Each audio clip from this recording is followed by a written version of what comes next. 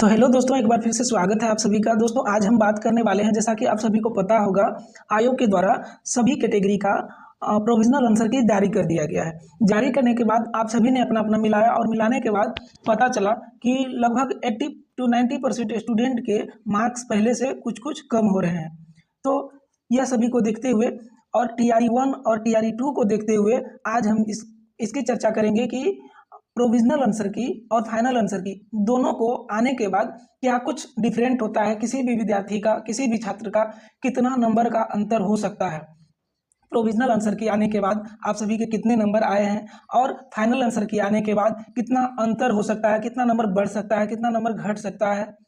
तो इसकी बात हम करेंगे TRE 1 और 2 को देखते हुए कि इसमें क्या कुछ बदलाव होता है और बदलाव होता भी है तो कितना का अंतर देखने को मिलता है। तो दोस्तों चलिए हम अब शुरू करते हैं।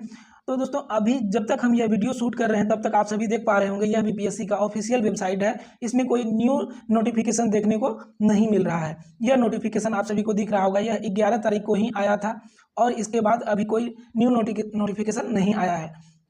तो दोस्तों चलिए अब हम बात करते हैं कि हाँ, एक न्यूज़ है आप सभी के लिए, BPSC TRE 3.0 का रिजल्ट कब तक आ सकता है। तो इसके बारे में हम आप सभी को बता दें कि माह के अंत तक निकलेगा TRE 3 का रिजल्ट, इसी माह के अंत में यानी सितंबर में।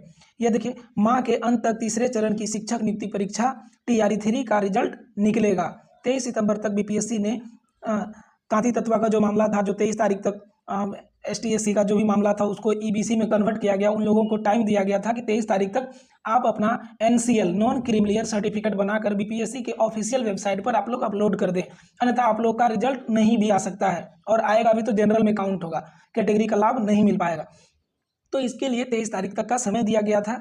अब आगे देखिए, TRE 3 के अभ्यर्थियों को अपना आरक्षण श्रेणी अनुसूचित जाति की बजाय अत्यंत पिछड़ा वर्ग जो EBC है में दर्ज कराने के लिए समय दिया गया है। सूत्रों की माने तो तब तक सामान्य प्रशासन विभाग से उसे आरक्षण रोस्टर क्लियरेंस के साथ TRE 3 की रिक्तियां मिल जाएंगी। इसके बाद है दोस्तों, उसके बाद उसके अनुरूप वह रिजल्ट तैयार करने का काम शुरू कर देगा। यह आयोग के बारे में बताया गया। चूंकि BPSC ने OMR सीट की स्कैनिंग पूरी कर ली है, OMR सीट की जो भी स्कैनिंग की प्रक्रिया होती है वह पूरी कर ली है। प्रोविजनल आंसर की जारी कर दिया गया, आप सभी ने मिला भी लिया भी होगा। आपत्ति लेने के बाद 23 तक अंतिम आदेश उत्तर भी जारी हो जाएगा। 23 तक अंतिम आदेश उत्तर कहने का मतलब है प्रोविजनल आंसर की जो आया है और आप लोगों ने अपना अपना आपत्ति दर्ज जो किया है, उसके बाद आयोग के द्वारा जो सुधार कर फाइनल आंसर की दिया जाएगा उसका बात किया जा रहा है। 23 तक अंतिम आदर्श उत्तर भी तैयार हो जाएगा। लिहाजा उसके बाद BPSC को सिर्फ रिक्तियां के अनुरूप आरक्षण श्रेणीवार रिजल्ट तैयार करना होगा। महीने के अंत तक रिजल्ट जारी किया जाएगा, जारी कर दिया जाएगा। देखिए दोस्तों, जारी कर दिया जाएगा इसी महीना के अंत में। तो दोस्तों आगे देखिए, अब हम बात करने वाले हैं कि किस कंडीशन में आप सभी के नंबर कम हो सकते हैं। नंबर जो कम होता है प्रोविजनल आंसर की और फाइनल आंसर की आने के बाद जब मिला लेते हैं उसके बाद देखने को पता चलता है कि 1 या 2 नंबर कम हो गया है या 1 या 2 नंबर बढ़ भी जाता है। तो ऐसे होता है, किसी का बढ़ता है किसी का कमता है, लेकिन 2 नंबर से ज़्यादा का अंतर नहीं देखने को मिलेगा। तो हम बताते हैं कि मान लीजिए कि 1 नंबर क्वेश्चन का बहुत सारा विद्यार्थी A लगाया होगा, कुछ ने B लगाया होगा, C लगाया होगा, D लगाया होगा। अब मान लेते हैं कि आयोग के द्वारा प्रोविजनल आंसर की में दिया गया कि इसका C आंसर होगा, जबकि उसका रियल आंसर D होना चाहिए था। अब मान लेते हैं प्रोविजनल तो D आंसर होना चाहिए था, तो जितना अभ्यर्थी D लगाया होगा और उसको लग रहा होगा कि यह सही है, NCERT के अनुसार D नंबर मेरा सही है, तो वो लोग चैलेंज करेगा कि D नंबर सही है। तो आयोग को जब देखेगा, आप लोग का आपत्ति देखेगा और उसको लगेगा कि नहीं, हम जो C नंबर दिए हैं वो गलत है और अभ्यर्थियों के द्वारा D नंबर जो चैलेंज किया गया वह सही है, तो इसको सुधार करके D करेगा। तो उस कंडीशन में जो A लगाया होगा उसका 1 नंबर कम जाएगा, B जो लगाया होगा उसका 1 नंबर कम जाएगा, है ना। और C भी जो लगाया होगा पहले प्रोविजनल आंसर की आने के बाद तो उसको C का 1 नंबर मिल रहा होगा, लेकिन जैसे ही आपत्ति हुआ उसके बाद आयोग को लगा कि D नंबर सही है तो वह इसको सही करेगा, D नंबर को सही करेगा और D नंबर जो लगाया होगा उसका 1 नंबर प्रोविजनल आंसर की के बाद फाइनल आंसर की जब आएगा उसको 1 नंबर बढ़ जाएगा, बाकी इन सभी का 1 नंबर कम हो जाएगा। तो नंबर कैसे कम होता है उसका यही है कंडीशन। अब बात करते हैं कि नंबर बढ़ता कैसे है।